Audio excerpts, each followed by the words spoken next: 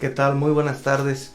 Con el gusto de saludarle su servidor Ángel Raúl Noyola Gudiño, aquí en su programa RQ Empresarial, la fuerza y grandeza de las mujeres mexicanas. Me acompaña mi colega. Soy el licenciado José Antonio Rodríguez Oblea y hoy vamos a hablar de un tema pues muy importante en nuestra legislatura mexicana, como lo es el juicio de amparo.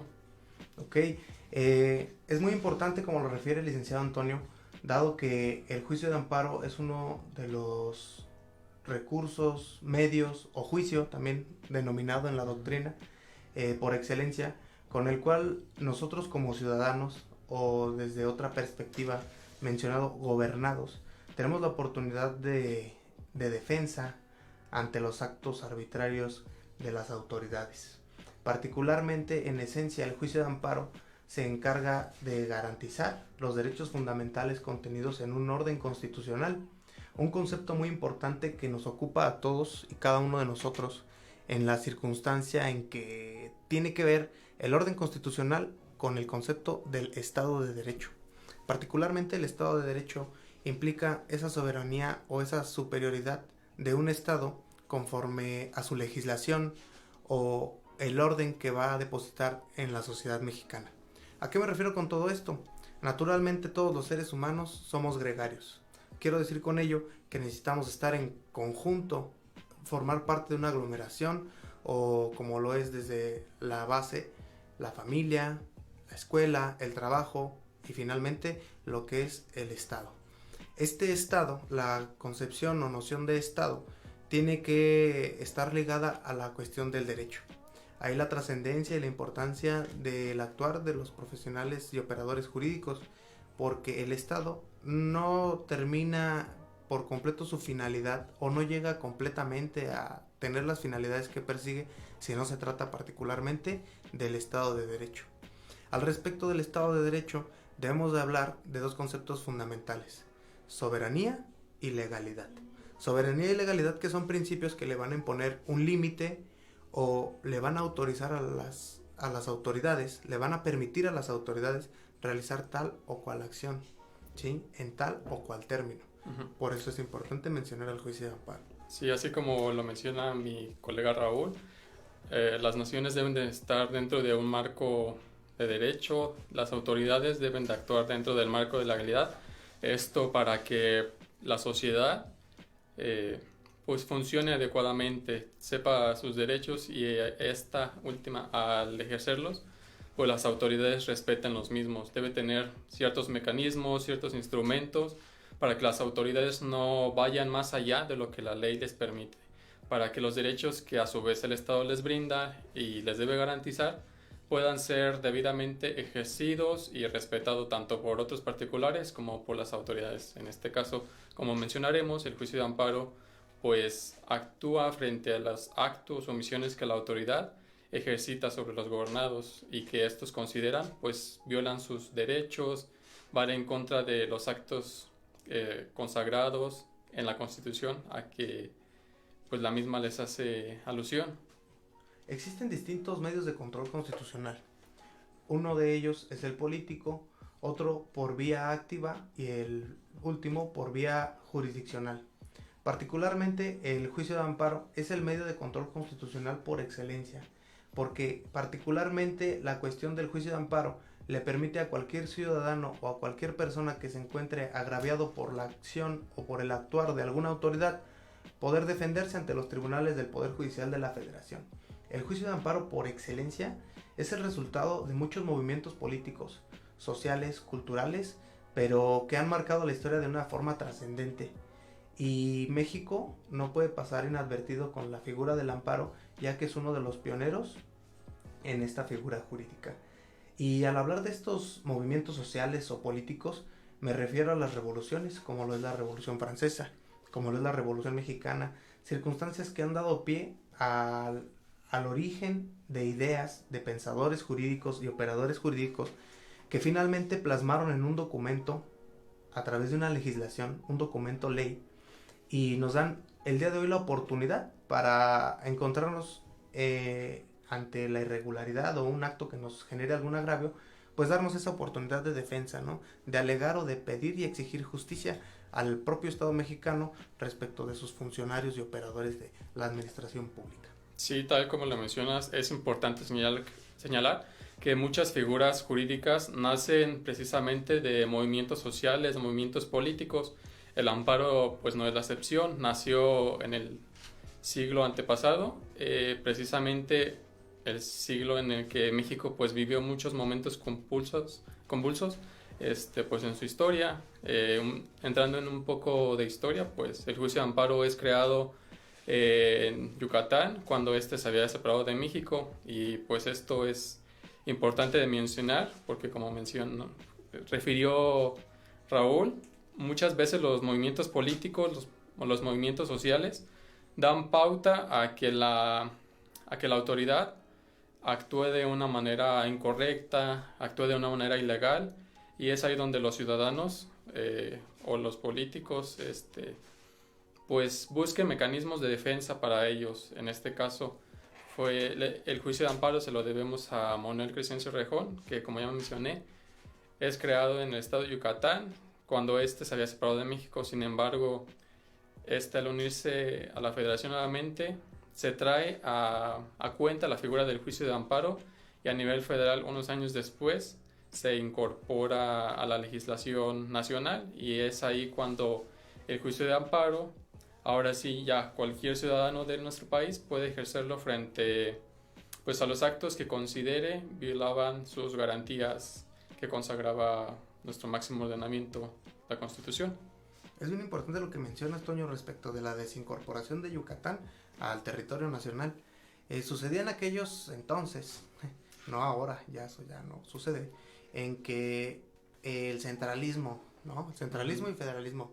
¿Qué decía el centralismo? ¿Sabes qué? La Ciudad de México, donde están depositados materialmente los tres poderes de la Unión, es el lugar más importante, y por tanto, aquí y en los puertos es donde se va a desenvolver toda la vida jurídica, económica y política de los Estados Unidos mexicanos. ¿Ok? Pero las fronteras sobrevivían por la cuestión del hermano vecino Estados Unidos de Norteamérica. Pero ¿qué pasaba con los que se encontraban al sureste del país? Como lo es Yucatán, Tabasco. Sí, los estados del sureste estaban olvidados.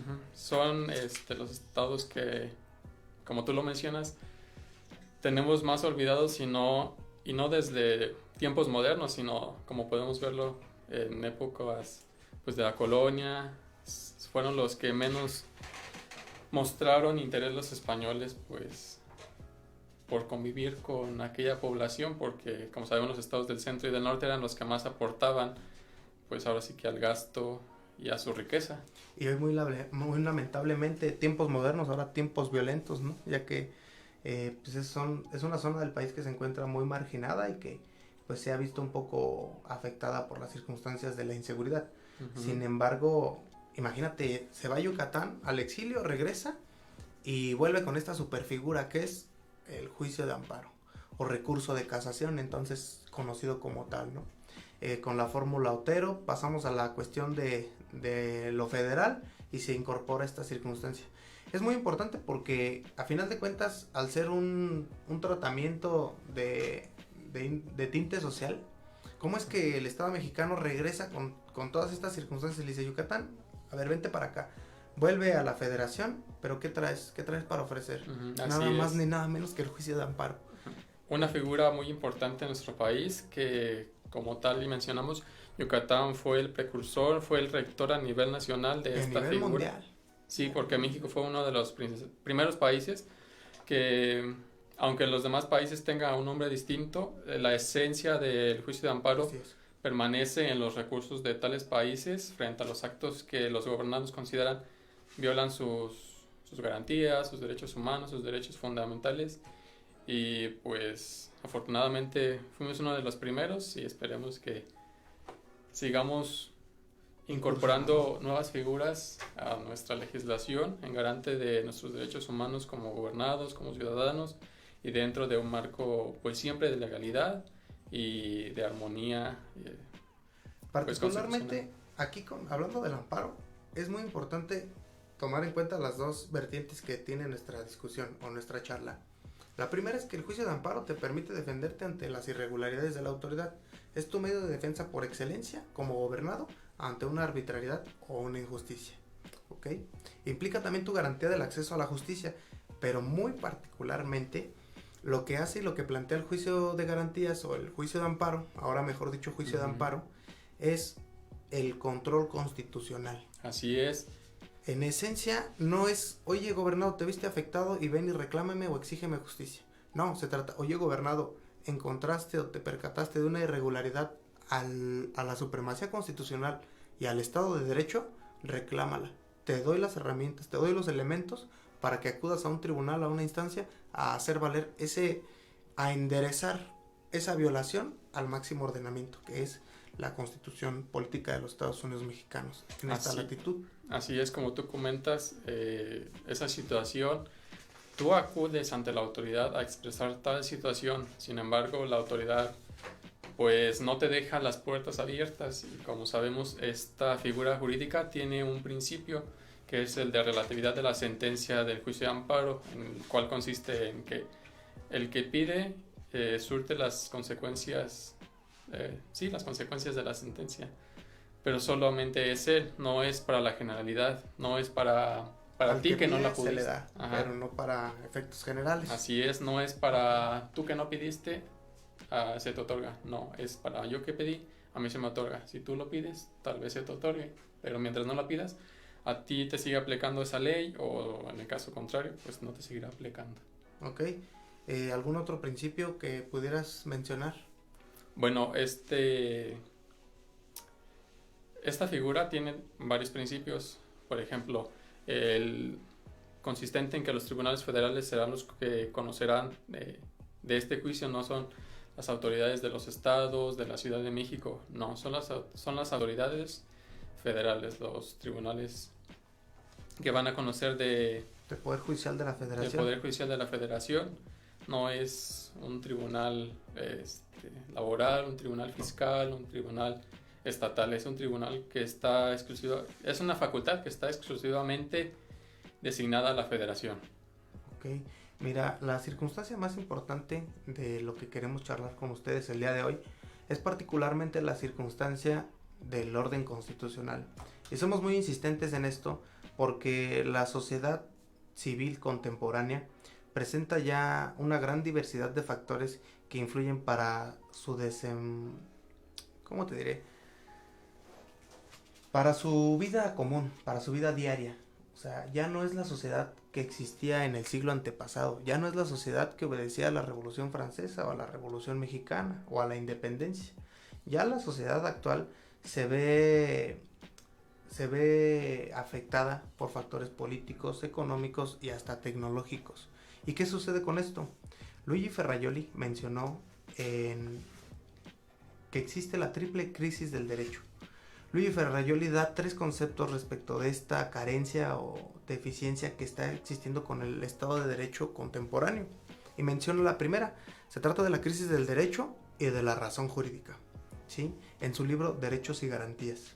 Dice el primero, se trata de una crisis de legalidad, un sistema de corrupción en que intervienen los propios políticos y operadores del sistema jurídico, del sistema político. O sea, los propios operadores de ese orden nacional entran en temas de controversia como lo es la corrupción, la administración pública, la economía y las finanzas, siempre de la mano, la cuestión monetaria. Lo que se traduce en una crisis constitucional tras la progresiva degradación institucional, el valor de las reglas de las instituciones. O sea, ¿qué quiero decirles con esto? Con estos factores o estos elementos de la crisis del derecho y de la razón jurídica, las instituciones y la autoridad como tal han perdido esa fe que los gobernados le tenían. Su credibilidad. La credibilidad por las acciones y las circunstancias de las que se han visto afectados. ¿Y esto en qué termina? En el déficit o en la pérdida de valor de las reglas del juego institucional y del límite del poder. Porque ¿qué quiere decir con esto? Tú me demuestras autoridad que al haber sido objeto de una circunstancia, un señalamiento de corrupción en la administración pública, tú me demuestras que mi derecho a la legalidad, al principio de legalidad, se ve afectado. ¿Qué quiero decir con el principio de legalidad? Estás haciendo más allá, como lo mencionabas, de lo que la ley te permite, como lo es los actos de corrupción, que consistió en delito. La segunda etapa que menciona Luigi Ferrajoli en su libro es el exceso de descodificación y sobrelegislación. Una que conlleva a la otra en una cuestión sinérgica. ¿Qué quiere decir con esto? Sobrelegislas, pero la sobrelegislación te lleva a eliminar el ordenamiento, a abrogar el ordenamiento que se encontraba vigente y regulaba esta circunstancia conforme a la sociedad o al momento que anteriormente se encontraba vigente. Al no ser así, creas una nueva ley, pero para que esa nueva ley llegue a ocupar un espacio, debes de hacerle el espacio eliminando o abrogando la anterior. Entonces, esta circunstancia ya va en relación a la creciente producción de leyes acto.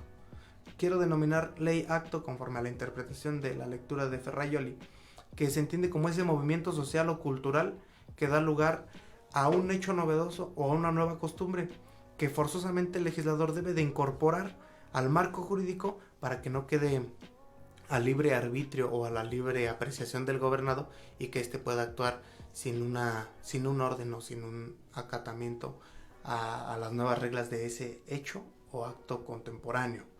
Y finalmente, la intermediación burocrática o partidista. Aquí hay una anotación muy particular, Toño. Mira, las leyes acto siempre han existido. Siempre va a llegar alguien con una idea novedosa, con una inquietud novedosa y va a dar lugar a que exista regulación a esos actos. Como lo fue con el Uber, ¿te acuerdas? Sí. O sea, no existía esa circunstancia, pero ¿qué tuvo que hacer el legislador? La reincorpora.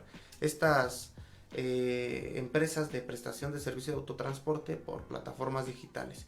Entonces, pero la cuestión de Ferrajoli es muy interesante al señalar que estos actos que son objeto de legislación siempre tienen una intermediación o siempre van de forma mediática con una cuestión burocrática y partidista. ¿Qué te quiero decir con esto? Hay 1000 hechos aislados que pueden dar lugar a la legislación, pero solamente la cuestión que sea favorable o conforme sea desfavorable, la cuestión de la burocracia y el partidismo van a llegar a que este o tal cual acto sea el que se legisle. No por excelencia todos y tener por permeado o cubierto todo el ordenamiento jurídico, todos los hechos que ocurren en la sociedad, sino que solamente son utilizados aquellos que favorecen al poder político en turno. Finalmente tenemos la crisis del Estado Nacional. Ferrajoli menciona que hay un cambio en la soberanía y una alteración al sistema de fuentes de debilitamiento del constitucionalismo. Y esto sucede porque en la misma sociedad contemporánea ya no se encuentra reservado para el Estado de Derecho o para el nacionalismo la circunstancia de que ellos legislen, ellos decidan de sus fronteras para adentro. Ahora con el derecho internacional vemos que los estados se encuentran sujetos a un pacto, a una convención, a un acuerdo, a un tratado, que de conformidad con el 133 de la Constitución Federal son la ley suprema junto con la Constitución. ¿Y qué pasa con esto? Si el Estado mexicano antes del siglo XX, principios de los 70, que ya empezaban estas cuestiones, esta teoría internacionalista, decidía, ¿sabes qué? No voy a hacer esto. O sea, yo como mi legislador, yo con mi población, decido que va a ser de esta manera. Hoy en día ya no se puede. Exactamente, y con esta pandemia del COVID, como pudimos ver, ciertas empresas, especialmente de tecnología, han mostrado pues el inmenso poder económico que tienen.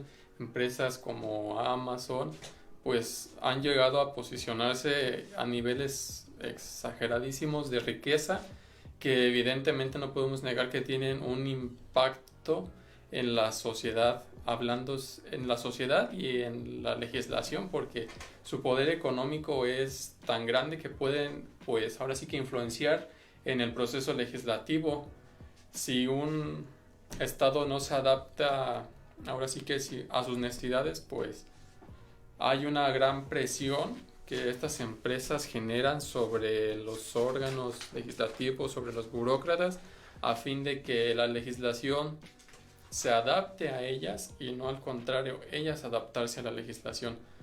Por lo que, sí, por lo que, como tú mencionas, ya no puede el Estado actuar por sí mismo, sino en sinergia con los demás actores internacionales, demás estados, demás empresas y población. Ya no es uno consigo mismo, sino es él con todos los demás actores.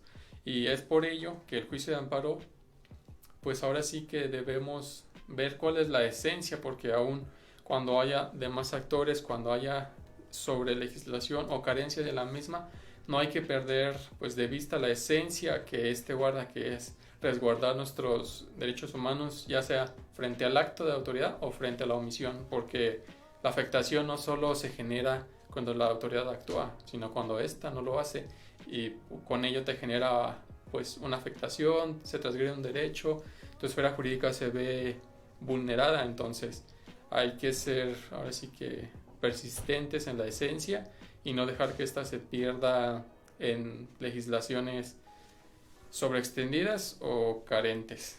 Particularmente allí la soberanía ya se ve fuera de los límites del nacionalismo. ¿Qué quiere decir? Queda supeditada a la decisión del escenario internacional. ¿Y qué tenemos en conclusión respecto del tema de la triple crisis del derecho de Luigi Ferrajoli? Tenemos primero que la triple crisis del derecho corre el riesgo de traducirse en una crisis de la democracia.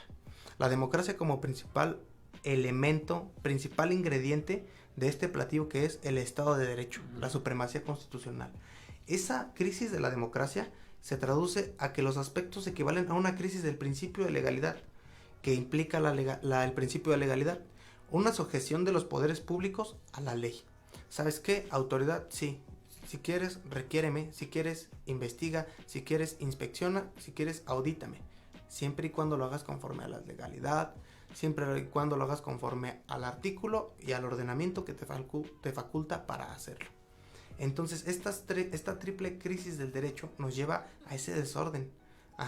Nos lleva a la ruptura del Estado de Derecho. El Estado de Derecho tiene ni más ni menos que la finalidad de ordenar de forma armónica la relación en que vamos a llevar a cabo nosotros los seres humanos en sociedad. Finalmente, los poderes públicos sujetos a la legalidad. ¿Y cuál es el problema? Estamos frente a formas absolutistas del poder público carentes de límites, contrarios al gobierno, por intereses fuertes y ocultos. Encuentran su génesis en la elevada complejidad de la sociedad contemporánea, donde se exigen múltiples funciones al Estado y donde tiene principal lugar la influencia legislativa, la pluralidad de fuentes normativas y una constante subordinación de los sistemas políticos, sistemas jurídicos a la cuestión económica y tecnológica. Sí, ese es un aspecto pues muy importante, que hoy en día los factores de poder han cambiado. Ahora ya la tecnología ocupa cada vez un lugar más grande, más importante en nuestro día a día, y pues las empresas que están involucradas en esos sectores, pues de igual manera. Pero como mencionaste tú, el Estado de Derecho hoy en día, me atrevería a decir que a nivel mundial está pues en peligro, se está deteriorando en diversos países, especialmente de América Latina, como lo pudimos ver Venezuela con la dictadura, Brasil con un gobierno pues bastante conservador, las protestas en Colombia, aquí en México pues con los diversos ahora sí que con las mañaneras, que a veces se dice una cosa, a veces se dice otra, frente a los diversos actores políticos, como puede ser el INE, como puede ser algún diputado, como puede ser frente a los gobernadores. Entonces hay que estar bien al pendiente de que nuestro Estado de Derecho pues no se vulnere, no se vea pues dañado. Hay que estar siempre al pie de la Constitución, nunca dejar que esta se vea vulnerada, y si esto es así, los gobernados tenemos pues un medio de control constitucional que es el juicio de amparo. Las autoridades tienen sus medios de control también, y la legislatura igualmente. Entonces ahora sí que nadie se queda desprotegido, tanto la autoridad está protegida frente actos que considere contrarios a la Constitución, los gobernados están protegidos igualmente. Entonces, ahora sí que hay que ponernos bien vivos para ver. Te entiendo, Toño. Mira, particularmente el desenlace de la charla de Ferrajoli en Derechos y Garantías es evitar la incoherencia, la falta de plenitud, la imposibilidad de conocimiento y la influencia del sistema jurídico. O sea, es como llegar a tener letra muerta en una constitución, de nada te sirve. Y entiendo tu comentario, va en razón a que el contenido normativo de la Constitución, hablando de la supremacía constitucional, debe tener el efecto total y suficiente del Estado de Derecho. Así como tú Entonces, lo mencionas. lo haces valer, hazlo valer a través del juicio de amparo. ¿Y qué es el juicio de amparo?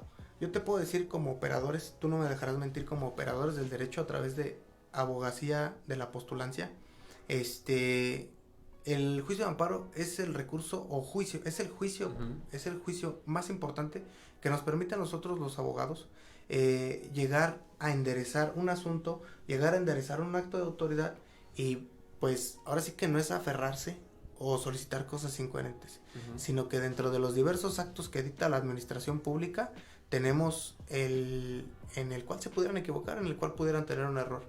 Y entonces, ustedes como gobernados, al verse afectados en su esfera jurídica, que es un concepto que utilizamos muy comúnmente, pero ¿qué quiero decir con esto? ¿Sabes qué? Afectaciones a tu patrimonio, afectación a tus pensiones, afectación a tus obras de construcción, afectación a tus aportaciones de seguridad social, aportación a tus declaraciones con el Servicio de Administración Tributaria. Todas estas circunstancias, o sea, no son cuestiones que podrá decir el radioescucha aquí que nos acompaña. ¿En qué me afecta o cuál es la lesión real que tengo con esta situación? La lesión real es que te ves afectado en tu patrimonio. Es decremento, es un déficit de tu patrimonio. O sea, es dinero que va a salir de tu bolsillo y va a llegar a las arcas del erario. Vas a ser arrestado. O sea, vas a ir a prisión por una circunstancia en que se le envolvió de manera indebida un procedimiento. ¿Y cuál es el caso más particular? El Estado de Derecho tiene como finalidad garantizar el orden social de la convivencia entre los mexicanos y las mexicanas. Ahora, ¿qué ocurre y qué ha ocurrido actualmente con esta sociedad contemporánea que venimos platicando, que venimos comentando? Y es esa circunstancia en la que el Estado de Derecho se ve superado.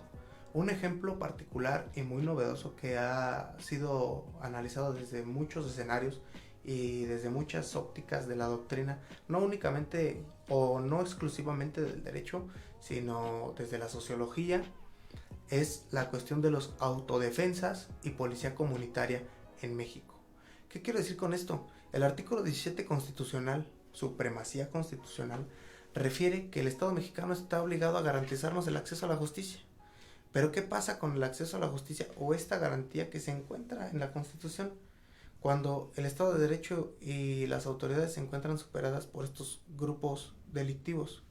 ¿Qué sucede? En México existen 50 grupos de autodefensa o policía comunitaria y que particularmente se encuentran sitiados en Guerrero, Michoacán, Veracruz, Morelos, Tamaulipas y Tabasco, que son estados de la República que volvemos al centralismo, ¿no? O sea, se encuentran desprotegidos, se encuentran olvidados. ¿Y quién llega a gobernar?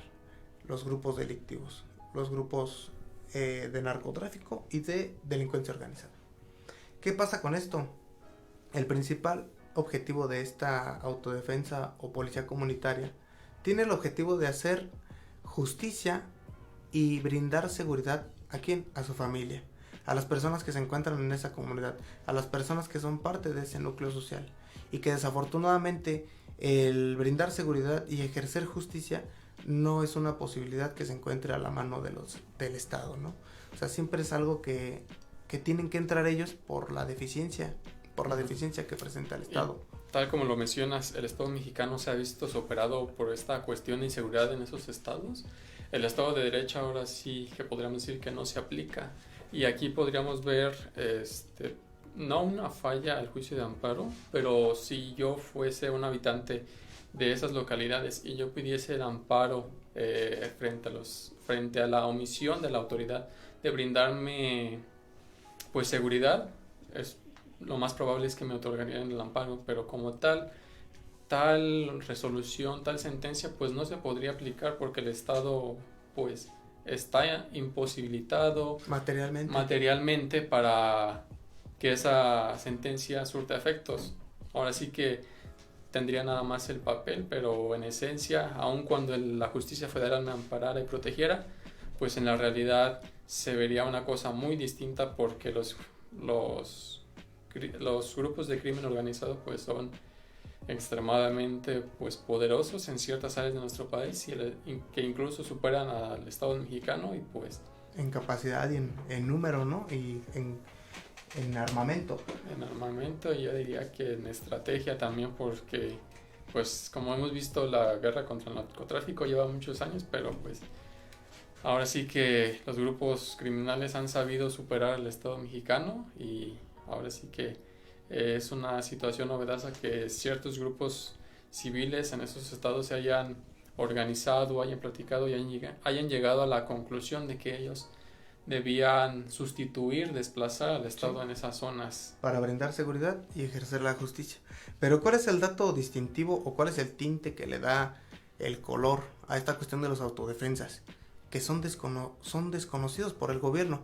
O sea, el gobierno ya fue superado por la capacidad de la sociedad civil criminal.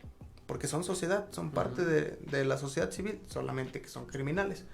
Ok, pero ¿qué dice el gobierno? No obstante, no te puedo defender, pero también te desconozco. Y es una circunstancia en la que tú como gobernado debes de entender cuál es la trascendencia o el efecto de un recurso como lo es el juicio de amparo, garante de derechos humanos. ¿Qué sucede aquí? ¿Sabes qué? No me puedes proteger, Estado, pero tampoco me permites defenderme porque es un delito hacer justicia por su propia mano.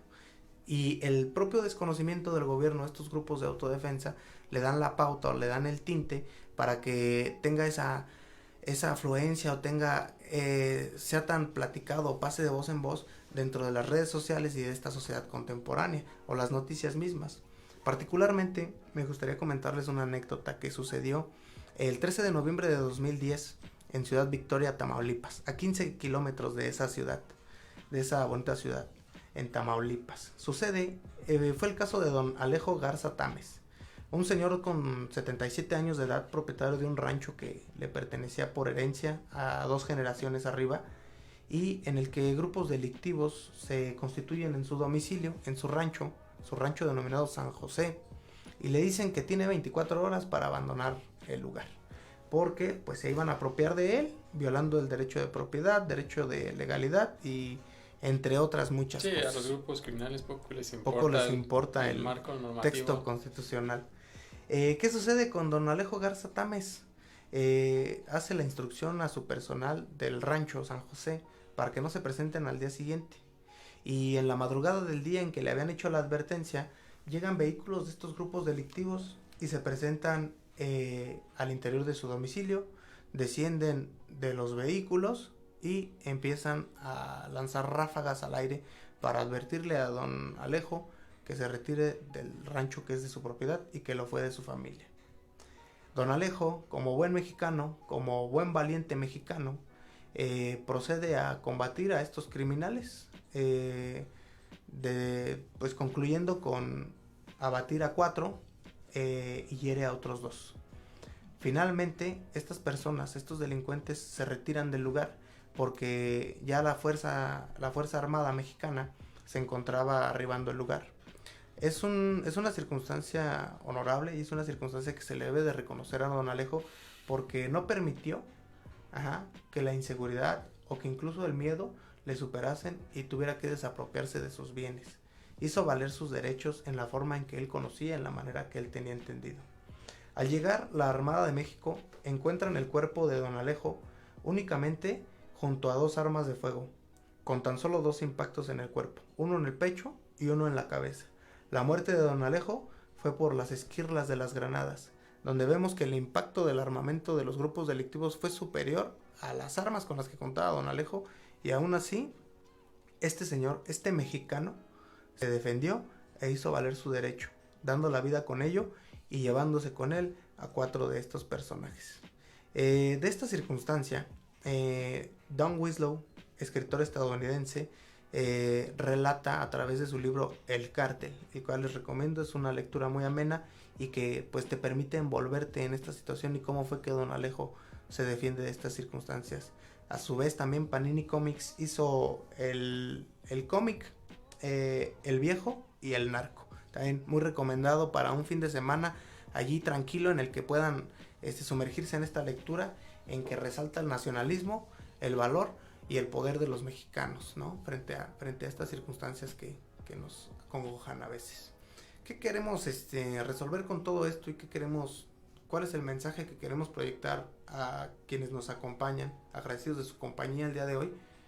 Es que el juicio de amparo es uno de los elementos más importantes de los que como mexicanas y mexicanos podemos echar mano para hacer valer nuestros derechos, para impedir que nuestro patrimonio, nuestros derechos, el nuestro y el de nuestra familia, sea pasado por alto, sea violado, sea agraviado.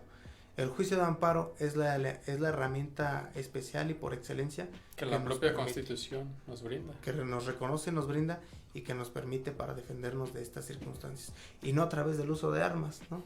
Que es el caso, es el último caso y es la circunstancia extrema, pero que bien, desde un principio podemos echar mano al juicio de amparo.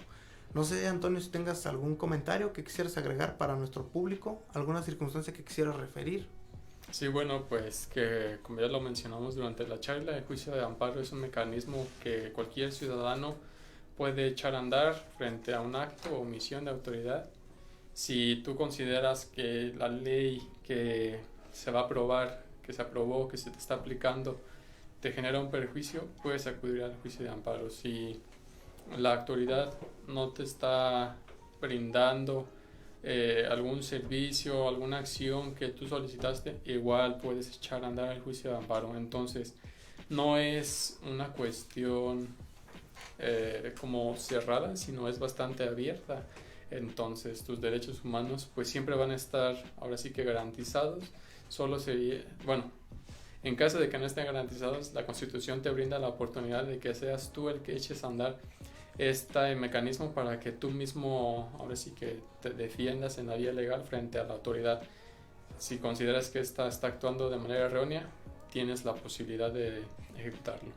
Correcto, y particularmente en CEDESA Consultores Ingeniería Corporativa SC somos especialistas en el juicio de amparo, directo e indirecto, así como el juicio de nulidad. Si tienes alguna circunstancia que creas te afecta en tu vida jurídica o en tu patrimonio, con mucho gusto somos los asesores que te podemos apoyar con esa circunstancia. De nuestra parte es todo. Ángel Raúl Noyola Gudiño, tu servidor, queda a tus órdenes. Igualmente, José Antonio Rodríguez Oblea, licenciado en Derecho. Cualquier cosa, estamos en CEDESA. Un gusto saludarlos y agradecemos su compañía. Que estén muy bien. Hasta luego.